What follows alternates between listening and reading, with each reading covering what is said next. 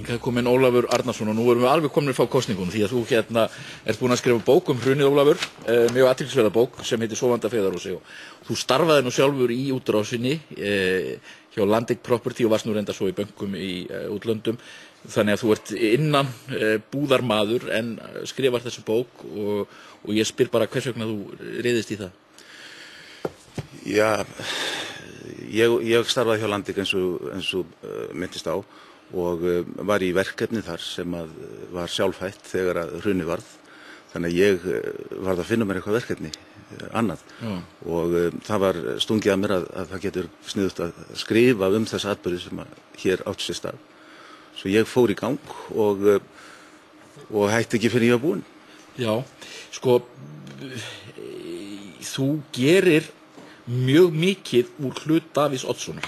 Hann er hér á forsíðunni og hann er eiginlega svona aðalpersónan í bókinni sem er svolítið athyglisvert vegna þess að þú ert gamall sjálfstæðismaður, varst einu sinni aðstoðarmaður menntamálaráðherra og ert eiginlega svona innanhúsmaður í þeim flokki. En þér finnst að hann hafi einna ábyrgastu fyrir því sem gerðist? Þegar maður skoðar bæði hrunið, atburðarásina sem varði í haust í kringum þetta hrun og bara Íslands samfélag síðustu 20 árin, ákvarðanatöku, þá er Davíð Oddsson ansi fyrirferðarmikill.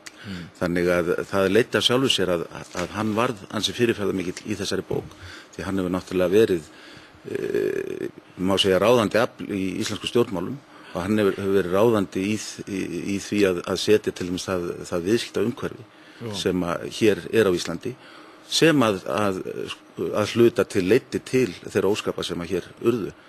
Þannig að ætla að fjalla þetta mál án þess að víkja myndarlega að hlut Davíðs Oddssonar. Að það, sko, í öðrum löndum og undir eðlilegum kringumstæðum, ef ég mætti segja svo, þá væri verið að fjalla nokkra menn, en Davíð Oddsson er þarna alls staðar. Hann er forsætisráðherra, hann er seðlabankastjórinn og hann hefur aldrei látið lítið fyrir sér fara. Björn Bjarnason túlkaði þetta í ritdómi bókina sem illvilja í hans garð, að þú værir fullur á illvilja og heift í hans garð. Nei, ég held að það sé nú ekki rétt. Ég er ekki fullur af neinum illvilja í garð Davíðs Oddssonar og var mikill stuðningsmaður Davíðs hér á árum áður. En það er mjög margt gagnrýnivert sem Davíð hefur átt hlut að, bæði í að setja það reglu umhverfi sem að íslenski bankar og fjármálafyrirtæki starfa í og náttúrulega líka sem seðlabankastjóri. Þar held ég að honum orðið á ansi mörg og afdrifarík mistök. Já, hvað eru hans stærstu mistök, myndirðu segja? Ég hallast að því að stærstu mistök Davíðs í seðlabankanum séu þau að hann beitti sér mjög gegn því að íslensku bankarnir fengju að gera upp í evrum, fengju að færa bækur sínar í evrum. Þetta skipti hans miklu máli því að efnahagur bankana var orðinn gríðarlega stór, hafði margfaldast á örstuttum tíma og megnið af þessum umsvifum var í erlendri mynt. Meir en 80% til dæmis af eignum og skuldum Kaupþings var í annarri mynt en íslensku króninu og evran var náttúrulega mjög fyrirferðarmikil þar. Þrátt fyrir þetta þá stóð Davíð mjög harður gegn því að Kaupþing fengi að færa bækur sínar í evrum. Afleiðingin af því var svo að Kaupþing þurfti að verja sinn efnahagsreikning gegn sveiflum í íslensku krónunni. Þurfti að verja sér það byrð fjórfaldri landsframleiðslu Íslands og þetta er bara Kaupþing sem við erum að tala þarna, gegn sveiflum í íslensku krónunni. Eina leiðin til að gera þetta var að taka stöðu gegn íslensku krónunni. Til þess þurfti Kaupþing að fá sérstaka heimild hjá Seðlabankanum sem Seðlabankinn veitti og í kjölfarið hrundi krónan og það má ekki gleyma því að krónan var hrunin áður en að bankahruni varð hér á Íslandi. Þú lýsir svo Geir Haarde sem svona mjög veikum stjórnanda sem hafi bara ekki náða að fóta sig á svellinu. Já, Geir Haarde held ég hafi valdið mjög mörgum miklum vonbrigðum. Margir bundu mikla vonir við hann þegar hann tók við að Davíð, þá yrði breyting á og Geir náði aldrei að fóta sig sem formaður Sjálfstæðisflokksins og ég svona víka því að þetta er ekkert óalgengt með menn sem að hafa lengi staðið í skugganum af sterkum leiðtogum að þegar að þeir stíga síðan fram í sviðsljósið þá er eins og þeir ná ekki að fóta sig og Ég hef líkt þessu við kannski heilkenni þess sem lengi hefur staðið í skugga sterks leiðtoga. Já, en þetta ánáttúrulega, sko, eins og þú segir í bókinni, þetta á rót sína rekja dálítið aftur, þú til dæmis staldrar þarna dálítið mikið við einkavæðinguna.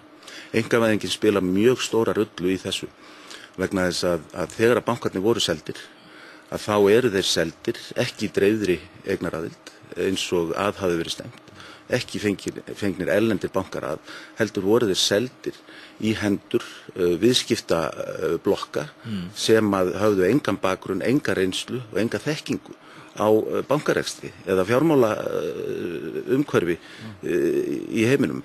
Þessir aðilar tóku bankana og beittu þeim sem sínu prívat fjármögnunartæki í mörgum tilfellum. Já. Síðan kemur Davíð upp á landsfundi Sjálfstæðisflokksins og það er annað sem þú gerir dálítið mikið skil og einhvern veginn ver samt þessa arfleið sín og einhvern veginn skýtur í allar áttir. Já, ég fekk að vera áheyrnarfulltrúi á landsfundurum og var því þarna þegar Davíð flutti sína ræðu og mér fannst þetta ansi dapurleg stund og það sem var kannski dapurlegast við það voru viðbrögð salarins við ræðu Davíðs. Því að Davíð kom í sjálfu sér ekki mikið óvart í þessari ræðu. En fögnuðurinn og undirtektirnar, þær voru, mér fannst þær alveg skelfilegar á þessum landsfundi. En ertu sammála því að hann hafi eyðilagt landsfundin? Já, ég held að hann hafi átt stóran þátt í því að eyðileggja landsfundin. Ég reyndar á því að Evrópustefna flokksins hafi gert kannski meira til að eyðileggja landsfundin, en þetta er svona það sem stendur eftir, myndrænt. En segðu mér, sko, þú varst inn í hruninu og hvað með útrásavíkingana og fjármálumennina? Ég meina, eru þeir ekki fyrst og fremst ábyrgir? Þeir bera mikla ábyrgð, það er engin spurning á því. Menn fóru fram úr sér, bankarnir fóru fram úr sér, útrásafyrirtækin fóru fram úr sér. Það hefur verið vikið að því að það voru stofnuð eða sett nokkur lög af eignarhaldsfélögum, þannig að eigið fé til dæmis í þessari útrás var minna en æskilegt hefði verið. Menn fóru fram úr sér og þeir fjárfesting í útrásavíkingana í Evrópu, víða, Bretlandi og annar staðar. Þetta var fjárfesting inn í verðbólu. Eignir voru keyptar of háu verði, en það var allt í lagi vegna þess að verðið var að hækka. Þannig að vond kaup í maí voru orðin góð kaup í október að því verðið hafði hækkað. En verðið var að hækka vegna þess að við vorum inn í miðri verðbólu og þegar að sú bóla fór að leka, þá náttúrulega stóðu menn frammi fyrir ansi miklu vanda. Þannig að þú ert ekki að reyna að skella skuldinni á Davíð til þess að verja víkingana eða? Nei, alls ekki. Og það er alls ekki tilgangur með þessari bók að veita einhverja syndaaflausn eða neitt slíkt. Davíð var ekkit eini maðurinn sem að gerði mistök eða klúðraði hlutum. Vissulega varð mikið klúður í kringum útrásina, en það stafar meðal annars af því að einkavæðingin var með þeim hætti sem raun bar vitni. Það er líka það að Seðlabankinn var að beita vaxtatækinu til þess að hafa heimil á þenslu hér innanlands, þegar miklu skynsamlegra hefði verið að beita bindiskyldu, setja bindiskyldu á alla fjármögnun bankana. Það hefði haldið aftur af vexti bankana og það hefði byggt upp ígildi gjaldeyrisvarasjóð sem hefði stækkað með vaxandi umfangi bankana. Þetta hefði byggst upp inn í Seðlabanka. En svo fyrir þetta náttúrulega hjá bönkunum í þetta hókus-pókus þarna undir lokin, þessa peningamarkaðssjóði og það sem manni virðist vera þessi dæmalaus útlánastarfsemi og svo þessar brellur sem menn eru að nota til þess að halda upp í einhverju fölsku verði á fyrirtækjum. Já, slíkt hlýtur að verða rannsakað og hafi það verið gert eins og margt bendir til að menn hafi verið að búa til fölsk viðskipti til að halda upp í verði fyrirtækja. Þá er það náttúrulega markaðsmisnotkun og er lögbrot og á að taka á því að fullri hörku. En auðvitað, þegar hlutirnir voru komnir í óefni, það var náttúrulega lausafjárkrísa búin að vera í heiminum sem bankarnir fundu fyrir. Hún var búin að vera í rúmt ár þegar bankarnir hrundu og sjálfsagt voru menn komnir í einhverja nauðvörn og voru að reyna að halda sér á flotti, kannski með misjöfnum ráðum í einhverjum tilfellum. Menn voru orðvendingafullir, en þetta er mjög athyglisverð bók hjá þér, Ólafur, og þannig kemur svona enn eitt púslið inn í myndina að vita hvað var hér á seyði og sjálfsagt þetta deilum þína niðurstöðu eins og aðrar. Já, hún er umdeilanleg efast ég ekki um. En þú segist þér að gera þarna upp við vini og samstarfsmenn. Þú hefur kafað onni þetta og komist að því ábyrgðinni bankahruninu hvíldi að miklu leyti eða dálitlu leyti á gömlum vinum og samstarfsmönnum. Ég er auðvitað að vísa til manna sem ég vann með inn í Sjálfstæðisflokknum á sínum tíma. Ágætismenn, en þeim varð mörgum á í þessu máli. Takk Ólafur. Við fáum hér Jón bankamann rétt á eftir.